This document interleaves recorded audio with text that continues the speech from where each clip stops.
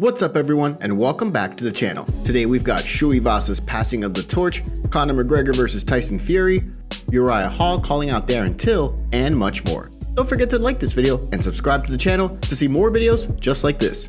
Now let's get into it. Conor McGregor goes after Tyson Fury online with some harsh trash talk.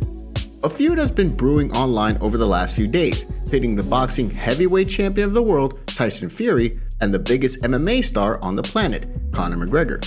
It all has its origins in Fury simply complimenting Khabib Nurmagomedov earlier this month online. McGregor saw that compliment, and given that Khabib is his nemesis in the fight world, and that he's got nothing better to do as he waits for his broken leg to heal, the Irishman felt the need to chime in and goad Fury into an online feud. He did so by bringing up an incident in which Fury did not step in when the father of Billy Joe Saunders was shoved by security during the Canelo Alvarez fight last year in May. This prompted Fury to respond with this: "Come back when you win a fight, mush, and the difference in me and you is I don't get myself in trouble and people actually like me. You're just a bully who hit old man. And yes, big up the Hulk Joe."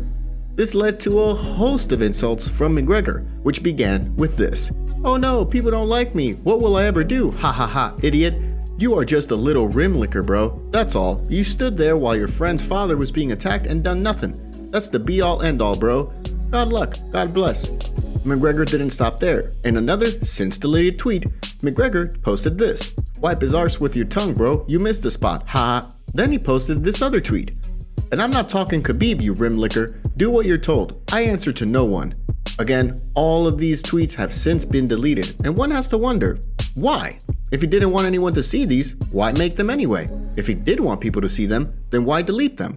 At the time of this video, Tyson Fury had yet to respond. Either way, what are your thoughts about this whole online drama? Dustin Poirier says he'll never fight Colby Covington in the UFC. A fight between Dustin Poirier and Colby Covington has always been in the back of certain people's heads, given how much bad blood there is between the two. While the two were teammates at one point at American Top Team, Colby had a scorched earth policy once he left the gym a few years ago, and badmouthed seemingly everyone under the sun at his old stomping grounds. One of those people is Dustin Poirier. He's called the Diamond's wife a Jezebel, called his daughter a prop, and even said that if Poirier were to never fight him, it makes Colby his kid's true father. This is on top of releasing training footage that made Poirier look to be an a-hole with training partners, while accusing him of using his foundation as a tax write-off. Poirier has always maintained that it's on site with Colby, meaning if he ever sees him in the street, they're throwing down. No judges, no rules, just brawling. He doubled down on those remarks over the weekend backstage at UFC 271 as reporters asked him if he would ever take a fight against Colby. This is what Poirier had to say. "No, I'll never fight Colby in an octagon where there's finances on the line. If I fight Colby, we're both going to jail. I'm going to jail. I'm not going to fight him in an octagon. He's not making money off of my career and what I've done. This is something different, you know. You will never see me fight Colby Covington in the UFC." At the moment, Colby is preparing to take on another rival, Jorge Masvidal, in the main event for UFC 272 on March 5th. Meanwhile, Poirier is looking to negotiate a welterweight bout against Nate Diaz, though talks on that seem to have stalled. But the grudge match between Colby and Poirier continues to this day. Are you up for seeing the Diamond take on Chaos in the cage? After accusations of biased commentary during UFC 271, Michael Bisping responds. The UFC middleweight title fight had everything and then some. Spectacular technical showcase, takedowns, a knockdown, and more. Ultimately, Israel Adesanya walked away with his hand raised and the belt safely wrapped around his waist yet again. But some people at home had a problem with the way the fight was being called, and specifically singled out Michael Bisping, saying he was biased towards Izzy in the bout, while he and fellow commentator Daniel Cormier were in agreement throughout the fight at what was happening. It seems fans thought Bisping was just a bit too much on the champion's side, and that he didn't really give Whittaker too much credit given how the fight went down.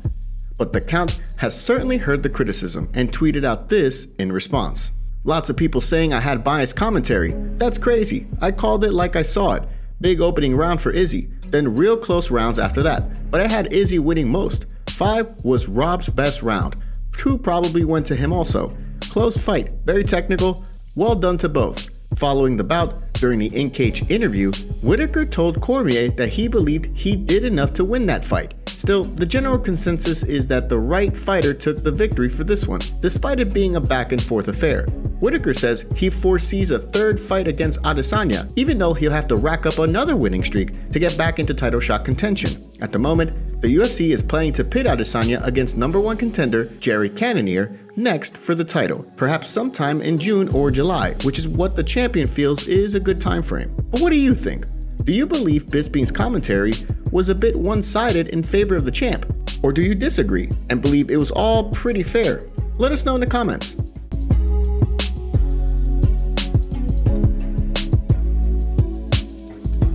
Hey, what's it like dealing with Dana White? What's your relationship like with him? I guess from back then up until now, you guys close? Yeah, Dana's all right. I mean, he's paid. I've got a lot of money from him. You know, you made a lot of money for him. Yeah, probably. Yeah, I probably should have got paid more. Maybe. Well, that's a big conversation around the UFC. Whenever you do business outside the WWE, and everybody calls Dana basically a spitting image of Vince, just in a different fight game. Do you agree with that? I don't know. I really can't compare the two guys. They're just so. I mean, honestly, my relationship with Vince is so different than it is with Dana over the years. Vince and I have had a love-hate relationship for, the last 20 years, but it's been good. We got a lot of water under the bridge. I have a lot of respect for both men. But things dealing with Dana and it's just a totally different. You met Vince approach. when you were younger. Don't forget to take a second to hit that like button and subscribe to the channel to stay up to date on the latest fight news. Uriah Hall calls out Darren Till, accuses the Brit of refusing to fight him. While Uriah Hall is still preparing to fight surging middleweight prospect Andre Muniz at a UFC Fight Night event on April 16, it's not the fight he wanted. His mind is on one of the big names in the division, someone who he's had a bit of a beef with, someone who he's now saying is scared to fight him. Darren Till is no slouch, but he had lost 4 of his last 5 fights, and his lone win at middleweight is against Kelvin Gastelum. In a recent interview, Hall let it be known that he's spoken with the UFC about fighting Till on March 19 on the UFC London card, but Till reportedly refused the bout for undisclosed reasons. At the moment, it's being reported that Till is still recovering from a knee injury he sustained just prior to his last fight against Derek Brunson in September. About that, he lost via submission in the 3rd round. But Hall isn't letting up, because when the topic of Till came up, this is what Primetime had to say in a recent interview. I wanted him, but I think he's just scared. I think he's really scared. Either that or he's injured or some. He's always making excuses. That's how I look at him. He talks smack, but I know when I'm standing in front of him, he's going to be quiet. So I know I can beat him. I just know I can beat him. He's short, he sucks, he's ugly. I just know I can kick his ass. While Till is on a bit of a skid, Hall is looking to get back in the win column after losing his last fight to Sean Strickland last July via decision. Prior to that fight, Hall was on a 4-fight winning streak, including a win against Anderson Silva and Chris Weidman, in which the All-American snapped his leg in half. Till and Hall have both been going at it online, calling each other out, but at the moment, it remains to be seen if the UFC will ever book this fight. Again, for the moment, Hall is tied up to fight Andre Muniz, who has won his first 4 UFC fights, not counting Contender Series bouts, including a spectacular first-round armbar victory over BJJ legend Jacare Souza. But what do you think about Hall's comments concerning Till?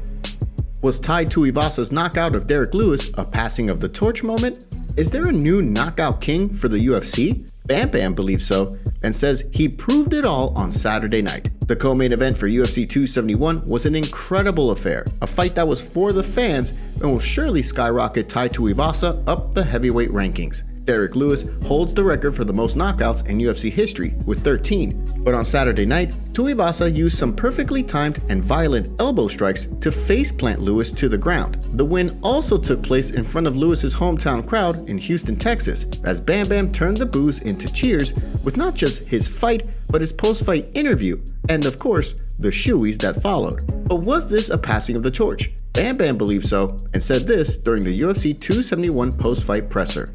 And like I said, he's had his time, and I think this is the passing of the torch. And if I keep up doing what I'm doing and keep focusing on what I need to focus on, I will one day, take over. The win was huge for Tuivasa, who has been able to turn it around since going on a 3-fight skid early in his UFC career. The big Aussie has now won 5 straight fights, all knockouts, all inside of 2 rounds, and at just 28 years old, Tuivasa has plenty of time to not only catch up to Lewis's knockout record, but also to potentially fight for a heavyweight title sometime in the future. At the moment, he says he plans to go back and spend time with his family, but is still in line for another big-time fight. What do you think about Tuivasa's performance on Saturday? Do you believe it was a passing of the torch?